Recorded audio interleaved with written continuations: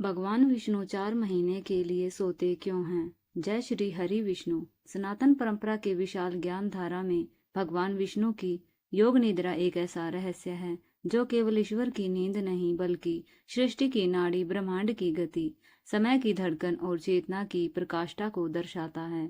आषाढ़ शुक्ल एकादशी से प्रारंभ होकर कार्तिक शुक्ल एकादशी तक चलने वाली यह दिव्य निद्रा, जिसे देवशयनी एकादशी से देवउठनी एकादशी तक मनाया जाता है, केवल एक प्रतीक नहीं बल्कि समस्त ब्रह्मांडीय संतुलन की अदृश्य डोर है। पुराणों में वर्णित है कि जब असुरों और दैत्यों का आतंक तीनों लोकों में फैल गया, जब यज्ञ, पूजा, तप और धर्म के स्वर मंद पड़ने लगे, तब देवता घबरा कर क्षीर सागर की ओर दौड़े, जहां भगवान विष्णु शेषनाग की शैया पर योग निद्रा में लीन थे। उस निद्रा की न केवल एक आंतरिक यात्रा थी बल्कि संपूर्ण ब्रह्मांड की शक्तियों को भीतर समेटने का एक वैदिक रहस्य थी। भगवान विष्णु ने स्वयं कहा, जब ब्रह्मांड की सूक्ष्म शक्तियां असंतुलित हो जाती है तब मुझे अपनी चेतना अंतर्मुख करनी पड़ती है ताकि अदृश्य शक्तियां संतुलित हो सके और संसार की लय बनी रहे। यह निद्रा सामान्य निद्रा नहीं बल्कि एक ऐसी योग अवस्था है जिसमें भगवान अपने रोम रोम में दिव्य ऊर्जा प्रवाहित करते हैं, जो क्षीर सागर की लहरियों से टकरा कर पूरे ब्रह्मांड को संतुलन प्रदान करती है। शेषनाग के सहस्त्र फनों से निकलने वाली दिव्य अग्नि, जो सृष्टि की आधारशिला मानी जाती है, वही इस ऊर्जा को धारण करती है। इस काल में देवी लक्ष्मी प्रेम और सेवा की मूर्ति बनकर भगवान की चरण सेवा करती है, मधुर भजनों से क्षीर सागर की लहरियों को झंकृत करती है और समस्त लोकों में संगीत का कंपन फैलता है। यही कारण है कि इस समय विवाह, गृह प्रवेश, नूतन कार्य वर्जित माने जाते हैं, क्योंकि ब्रह्मांडीय गति स्थिर हो जाती है और नकारात्मक ऊर्जाएं सजग होती है। वैज्ञानिक दृष्टिकोण से भी यह काल संक्रमण काल माना गया है। मानसून, तापमान और रोगों की चपेट का समय, जिसे चतुर्मास कहा गया है, ऋषियों ने इस काल को तप, मौन, साधना और संयम के लिए उपयुक्त बताया।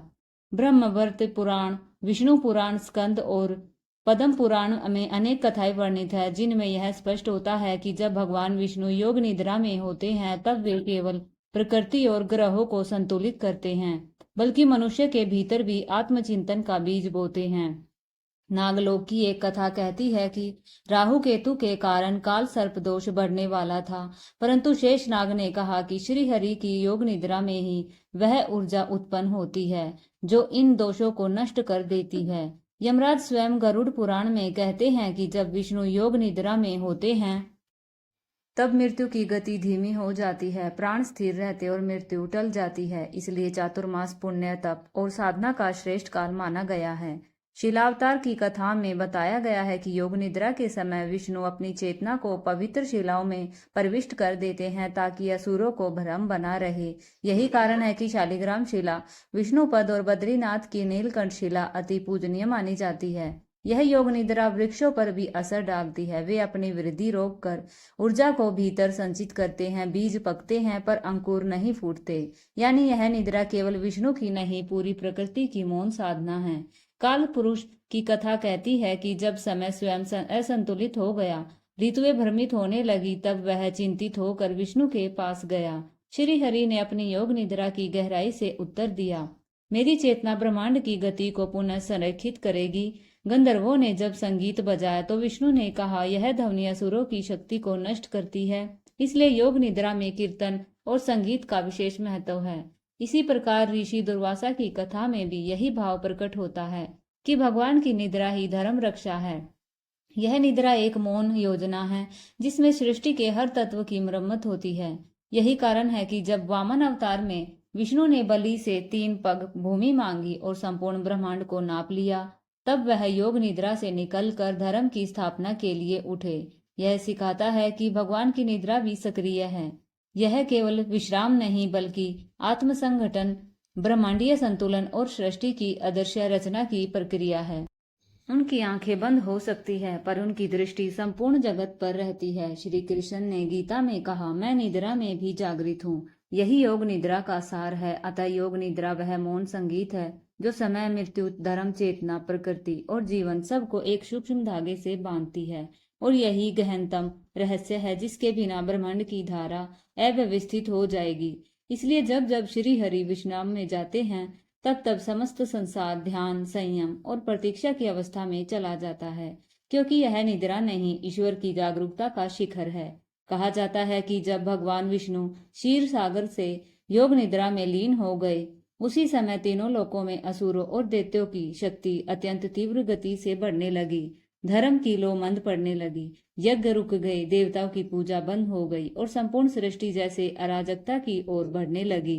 त्रिलोक पर भय का अंधकार छा गया। इंद्रदेव को स्वर्ग से बाहर कर दिया गया। पृथ्वी पर अधर्म की आंधी चलने लगी और असुरों ने अपने बल से समस्त लोक व्यवस्था को चकनाचूर कर दिया। चारों ओर त्राही त्राही मच गई। देवगण, ऋषिगण, गंधर्व और यक्ष सब भय और आशंका से भर उठे। तब वे भागते हुए क्षीर सागर के तट पर पहुंचे। यहाँ भगवान विष्णु शेषनाग की सैया पर योग निद्रा में लीन थे। लहरों का स्वर मंद था, वातावरण शांत और सागर की लहरें भी जैसे भगवान की निद्रा में गहराई से लीन थी। देवता करबद्ध हो गए, उनके नेत्रों में करुणा याचना थी और उन्होंने एक स्वर में पुकारा, हे श्री हरि, संसार में अधर्म की अंधकारमयी छाया फैल चुकी है, राक्षसों की शक्ति बेकाबू हो चुकी है, ब्रह्मा जी की सृष्टि कांप रही है, हमारी रक्षा करो। क्षीर सागर की लहरों में कंपन हुआ। शेषनाग ने नेत्र खोले और तभी धीरे धीरे भगवान विष्णु की आंखें भी खुली। उनके नेत्रों की आभा इतनी शांत थी कि देवताओं के भय भी उसी क्षण शांत होने लगे। उन्होंने गहन स्वर में उत्तर दिया, देवगण, हर युग की अपनी एक लय होती है, कभी तेज गति होती है, कभी स्थिर, परंतु जब ब्रह्मांड की गुप्त शक्तियां असंतुलित हो जाती है तब मुझे अपनी चेतना भीतर समेटनी होती है। मैं 4 माह तक योग निद्रा में रहूंगा। यह निद्रा नहीं, यह गहन ध्यान है। मैं भीतर जाकर उन अदृश्य शक्तियों को संतुलित करूंगा जो सृष्टि की डोर को थामे हुए हैं। इस बीच मेरे कर्तव्य का भार मैं भगवान शिव, ब्रह्मा और देवी लक्ष्मी को सौंपता हूँ। देवगण शांत हो गए, परंतु उनके हृदय में अब भी एक प्रश्न गूंज रहा था, क्या एक ईश्वर का शयन ही संपूर्ण ब्रह्मांड को चलाने की प्रक्रिया है? और उसी क्षण उन्हें अनुभव हुआ कि विष्णु की योग निद्रा कोई विश्राम नहीं, बल्कि ब्रह्मांडीय संचालन का वह मौन तंत्र है जिसे केवल अंतः चेतना के माध्यम से ही समझा जा सकता है। यह वही क्षण है जब देवताओं ने महसूस किया कि सृष्टि की रक्षा केवल ब्रह्म शक्ति से नहीं, बल्कि भीतर की ऊर्जा से होती है।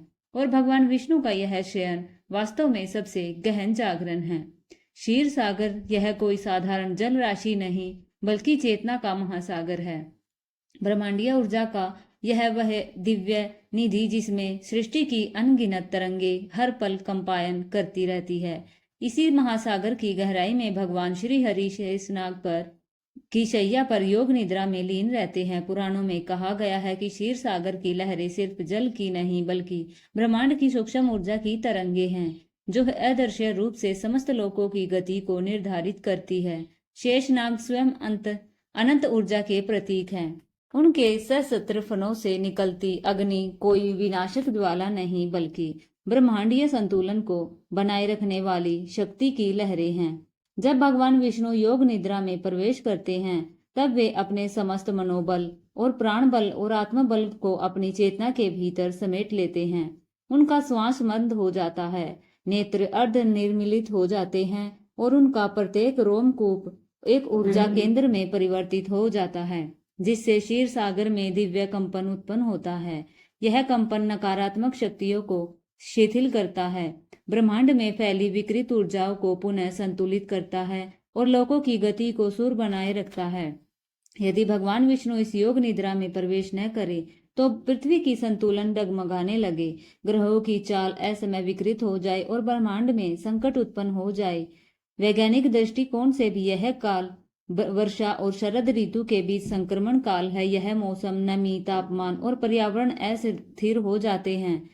ठीक इसी समय जब सारी सृष्टि असंतुलन के कगार पर होती है, तब भगवान विष्णु की यह योग निद्रा समस्त जगत को उस अदृश्य डोर से बांध लेती है, जिससे ब्रह्मांड न तो बिखरता है न ही टूटता है।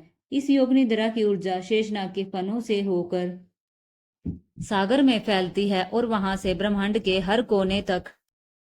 इसलिए क्षीर सागर कोई स्थान मात्र नहीं, वह सृष्टि की ऊर्जा का हृदय है और भगवान विष्णु उस हृदय की धड़कन है। यही कारण है कि चातुर्मास का हर क्षण ऋतुओं की गति से लेकर देवताओं की साधना तक इस तरह ऊर्जा संरचना पर निर्भर होता है। यह वह रहस्य है जो बताता है कि सृष्टि का संचालन केवल गति से नहीं, मौन और संतुलन से होता है, और भगवान विष्णु की यह योग निद्रा ब्रह्मांड का वह मौन संगीत है जो अदृश्य होकर भी सृष्टि को जीवित रखता है। जब असुर बलि ने अपने तपोबल और पराक्रम से तीनों लोकों पर विजय प्राप्त कर ली, तब त्रिलोक कांप उठा। इंद्रदेव स्वर्ग से निष्कासित कर दिए गए, यज्ञ हवन रुक गए, पृथ्वी पर अधर्म की छाया और घनी होती चली गई। देवगण व्याकुल हो उठे और भागकर क्षीर सागर पहुंचे, जहां विष्णु भगवान शेषनाग की शैया पर योग निद्रा में लीन थे। उनके शांत मुख पर दिव्य तेज था, लहरों की गति मंद पड़ चुकी थी और देवी रुक्मणी करुणा और प्रेम से उनके चरण दबा रही थी। देवताओं ने विनम्रता से माता लक्ष्मी से प्रार्थना की, हे देवी, जगत संकट में है, कृपा करके श्री हरि को जगाइए। लक्ष्मी जी ने मधुर भजन की स्वर लहरियां फैलाई, जिनकी दिव्यता से क्षीर सागर की तरंगे झूमने लगी। तभी धीरे धीरे भगवान विष्णु ने अपने नेत्र खोले। जब उनकी दृष्टि में सृष्टि की अपार गहराई थी, मंद स्वर में उन्होंने कहा, बलि का संहार मेरी योग निद्रा में ही होगा, क्योंकि यह निद्रा केवल विश्राम नहीं, ब्रह्मांडीय योजना का वह भाग है जहां मैं अंतर्मुख होकर अधर्म के विनाश का मार्ग तय करता हूँ। यह कहकर वे पुनः मौन हो गए। परंतु उसी मौन में एक दिव्य संकल्प जाग उठा। और फिर एक दिन जब असुर बलि अपने दरबार में विजयोन्मत्त होकर बैठा था, वहां एक छोटा ब्राह्मण बालक प्रकट हुआ। वह वामन था, भगवान विष्णु का 5वां अवतार। बालक ने मुस्कुराते हुए 3 पग भूमि की याचना की। बलि ने उसे हंसते हुए स्वीकार कर लिया, परंतु जैसे ही वामन ने विराट रूप धारण किया, सारा ब्रह्मांड थर्रा उठा। पहले पग में उन्होंने पृथ्वी नाप ली, दूसरे पग में स्वर्गलोक और तीसरे पग के लिए स्थान मांगा तो बलि ने स्वयं को समर्पित कर दिया। तभी भगवान विष्णु ने उसे पाताल भेजकर अधर्म का अंत कर दिया। यह सब हुआ जब वे योग निद्रा में थे। यह उस दिव्य अवस्था की लीला थी जिसमें भगवान न तो पूरी तरह जागे थे न सोए थे, परंतु संपूर्ण ब्रह्मांड पर उनका नियंत्रण बना हुआ था। यह रहस्य बताता है कि विष्णु की योग निद्रा केवल शांत विश्राम नहीं, बल्कि अदृश्य संहार की वह युक्ति है जिसमें सृष्टि के संतुलन को बिगाड़ने वाली शक्तियां स्वतः परास्त हो जाती हैं। बलि का वध इसी योग शक्ति का प्रत्यक्ष प्रमाण है। यह वह क्षण था जब देवताओं ने जाना कि भगवान का मौन भी उनके जागरण से अधिक प्रभावशाली हो सकता है। और यह वही सत्य है जो चातुर्मास को एक रहस्यमयी और पुण्यदायी काल बनाता है। आश्चर्य की बात यह है कि जिस योग निद्रा को शास्त्रों ने हजारों वर्षों से ब्रह्मांड की चेतना से जोड़ा है, उसी को आज का विज्ञान भी संक्रमण काल के रूप में पहचानने लगा है। आषाढ़ शुक्ल एकादशी से लेकर कार्तिक शुक्ल एकादशी तक का यह काल, जिसे चातुर्मास्य कहा गया है, न केवल धार्मिक दृष्टि से बल्कि भौगोलिक और खगोलीय दृष्टि से भी अत्यंत महत्वपूर्ण होता है। वर्षा ऋतु और शरद ऋतु के बीच का यह काल मौसम, तापमान, वायुमंडल और ग्रह नक्षत्रों की चाल में एक प्रकार की अस्थिरता लेकर आता है। वैज्ञानिक मानते हैं कि इस अवधि में पृथ्वी का चुंबकीय क्षेत्र कई बार असंतुलित हो जाता है। सूर्य की तीव्र किरणें जब बिना अवरोध के वायुमंडल में प्रवेश करती है, तो इसका सीधा प्रभाव मानव मन, शरीर, पर्यावरण और रोगों की गति पर पड़ता है। यही कारण है कि चातुर्मास्य में अधिक वर्षा, आर्द्रता और संक्रामक रोगों का प्रकोप और मानसिक असंतुलन देखा जाता है। पर हमारे ऋषियों ने इसे केवल एक प्राकृतिक संकट नहीं माना, उन्होंने इसे अंतर्मुख होने का अवसर बनाया। उन्होंने कहा, जब ब्रह्मांड अस्थिर हो तो मानव स्थिर हो जाए, जब प्रकृति रुक जाए तो साधना शुरू हो जाए। और इसी दृष्टिकोण से भगवान विष्णु की योग निद्रा को इस संक्रमण काल का संचालक सूत्र माना गया। जब विष्णु योग निद्रा में लीन होते हैं तो उनका श्वास मंद हो जाता है। यह दर्शाता है कि वह ब्रह्मांडीय कंपन धीमा हो चुका है, जो सृष्टि को गतिशील बनाता है। इसका प्रभाव केवल पृथ्वी पर ही नहीं, ग्रह, नक्षत्रों और समस्त लोकों पर पड़ता है। वैदिक ग्रंथों में इसे ब्रह्मांडीय रीसेट पीरियड कहा जाता है, एक ऐसा मौन काल जब सारी ऊर्जा भीतर की ओर बहती है ताकि बाहर की दुनिया फिर संतुलन पा सके। वैज्ञानिकों ने यह भी पाया कि इस समय वनस्पतियां अपनी ऊर्जा को भीतर समेट लेती हैं। बीज अधिक पकते हैं पर पौधों की वृद्धि मंद पड़ जाती है, जैसे प्रकृति स्वयं ध्यान स्थित हो जाती है। इसलिए ऋषियों ने इस समय शुभ कर्मों को विराम देने का विधान बनाया। विवाह, गृह प्रवेश, नूतन जैसे कर्म कार्य इस समय रोक दिए जाते हैं ताकि न तो प्रकृति की लय बाधित हो और न ही ब्रह्मांडीय तरंगों का संतुलन बिगड़े। यही वह गूढ़ सत्य है। जब भगवान विष्णु योग निद्रा में लीन होते हैं तो सृष्टि का संपूर्ण संचालन एक अदृश्य तरंग पर आधारित हो चलता है। यह न केवल धर्म का रहस्य है, यह विज्ञान का भी वह सूक्ष्मतम सूत्र है। और यही कारण है कि चातुर्मास न केवल एक साधना का समय है बल्कि आत्मचिंतन और संयम और ऊर्जा का संकलन का सबसे श्रेष्ठ काल है। भगवान विष्णु का शयन केवल एक दिव्य विश्राम नहीं बल्कि चेतना के विराट विस्तार की लीला है। जब वे योग निद्रा में लीन होते हैं तो वह एक शरीर का शयन नहीं होता बल्कि एक अनंत चेतना का फैलाव होता है जो समस्त ब्रह्मांड के संतुलन को अदृश्य रूप से संचालित करता है। पद्म पुराण, विष्णु पुराण और गर्भोपनिषद जैसे प्राचीन ग्रंथों में वर्णित है कि जब भगवान विष्णु योग निद्रा में प्रवेश करते हैं तब उनकी दिव्य चेतना कुछ विशेष शिलाओं में प्रविष्ट हो जाती है ताकि उनकी ऊर्जा को असुर और दैत्यगण पहचान न सके। यही कारण है कि शालिग्राम शिला, विष्णुपद शिला और बद्रीनाथ अक्षेत्र की नीलकंठ शिला को अति पवित्र माना गया है, क्योंकि चातुर्मास के 4 महीनों में भगवान की चेतना इन्हीं शिलाओं में समाहित रहती है। पुराणों में कहा गया है, योग निद्रा समय विष्णु शिलाशु परविष्टे, अर्थात जब श्री हरि योग निद्रा में होते हैं तब वे शिलाओं में प्रवेश करते हैं। शालिग्राम शिला जो नेपाल के गंडकी नदी में पाई जाती हैं वह कोई साधारण पत्थर नहीं बल्कि वह प्रतीक है उस ऊर्जा का जो भगवान विष्णु का सबसे सूक्ष्म, अचल और मौन उपस्थिति को दर्शाता है। इसमें चक्र का चिन्ह बना होता है जो सुदर्शन चक्र का प्रतीक है और दर्शाता है कि भगवान अपने विराट रूप में भले योग निद्रा में हो लेकिन शक्ति और संहार के साधन अब भी सक्रिय है। बद्रीनाथ का नीलकंठ शिला को भी इसलिए पूज्य माना गया है क्योंकि वहां विष्णु ने अपने तप में शिला रूप में स्थिर होकर संपूर्ण सृष्टि का संतुलन साधा। यह विचार गहरा हो जाता है जब हम ध्यान देते हैं कि एक जीवंत देवता स्वयं को अचल शिला में समाहित कर लेते हैं। यह दर्शाता है कि ईश्वर चेतना स्थूल रूप से नहीं बल्कि सूक्ष्मतम रूप से भी कार्य करती है। यह वह दिव्यता है जो पत्थर में भी धड़कती है।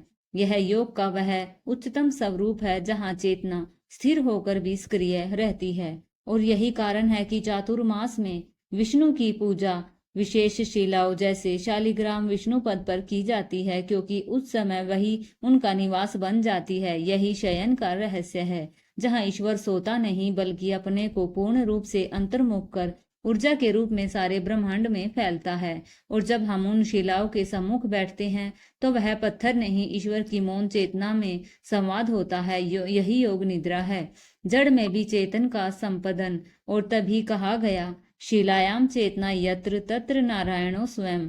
जहाँ शिला में चेतना है वहाँ स्वयं नारायण है। योग निद्रा केवल भगवान विष्णु की नहीं बल्कि संपूर्ण प्रकृति की मौन घटना है। गरुड़ पुराण में वर्णन है कि जब चातुर्मास आरंभ होता है तब यमराज का दरबार भी शांत हो जाता है। यमराज स्वयं क्षीर सागर पहुंचकर भगवान विष्णु से प्रश्न करते हैं, प्रभु इन 4 महीनों में मृत्यु की गति धीमी क्यों हो जाती है? तब श्री हरि शांत भाव से उत्तर देते हैं, जब मैं योग निद्रा में होता हूँ तब संपूर्ण सृष्टि का संपदन मंद पड़ जाता है, प्राणवायु स्थिर हो जाती है, समय की गति धीमी हो जाती है। इस कारण प्राणियों का जीवन काल बढ़ जाता है और उन्हें अपने कर्मों का चिंतन कर उसे सुधारने का अवसर मिलता है। यह सुनकर यमराज कहते हैं, प्रभु आपकी यह योग निद्रा भी तो जीवन दान है। तभी तो से माना जाता है कि चातुर्मास में यदि कोई पुण्य कर्म करे तो उसकी मृत्यु भी टल सकती है। वास्तव में यह समस्त कथाएं हमें यह सिखाती है कि भगवान विष्णु की योग निद्रा कोई साधारण विश्राम नहीं बल्कि प्रकृति, काल, ग्रह, नक्षत्र, मृत्यु और आत्मा, इन सब के गहरे रहस्यों को जोड़ने वाली एक अदृश्य शक्ति है। वह स्वयं सूक्ष्म धागा है जिससे सृष्टि की प्रत्येक गति मौन में बंधी हुई है, चाहे वह काल पुरुष की चिंता हो, राहु केतु के दोष हो, वृक्षों की ऊर्जा का मौन तप हो, यमराज की गति या पत्थर में समाहित दिव्यता। सब कुछ भगवान विष्णु की योग निद्रा की गहराई में समाया हुआ है। यह योग निद्रा ही ब्रह्मांड की वह मौन संगीत है जिसके बिना सृष्टि की धारा बह ही नहीं सकती। बाहर से चाहे संसार शांत दिखे पर भीतर कितनी गहन हलचलें, दिव्य योजनाएं और सूक्ष्म व्यवस्थाएं चल रही होती हैं, यह हमें तभी समझ आता है जब हम इस योग निद्रा को केवल शयन नहीं बल्कि ईश्वरीय सक्रियता की मौन अवस्था के रूप में देखें। इस प्रकार श्री हरि विष्णु की योग निद्रा केवल एक कथा नहीं बल्कि ब्रह्मांड के रहस्यों की जीवंत व्याख्या है, एक चेतना की यात्रा है और एक दिव्यता की पुकार है जो हमें यह सिखाती है कि मौन में ही सबसे बड़ा कार्य हो रहा होता है। जय श्री हरि विष्णु। अगर आपको यह अद्भुत कथा और योग निद्रा का रहस्य अच्छा लगा हो तो कृपया इसे अपने परिवार, मित्रों और श्रद्धालु जनों के साथ साझा करें ताकि हमारी प्राचीन परंपराएं और दिव्य कथाएं आने वाली पीढ़ियों तक पहुंच सके।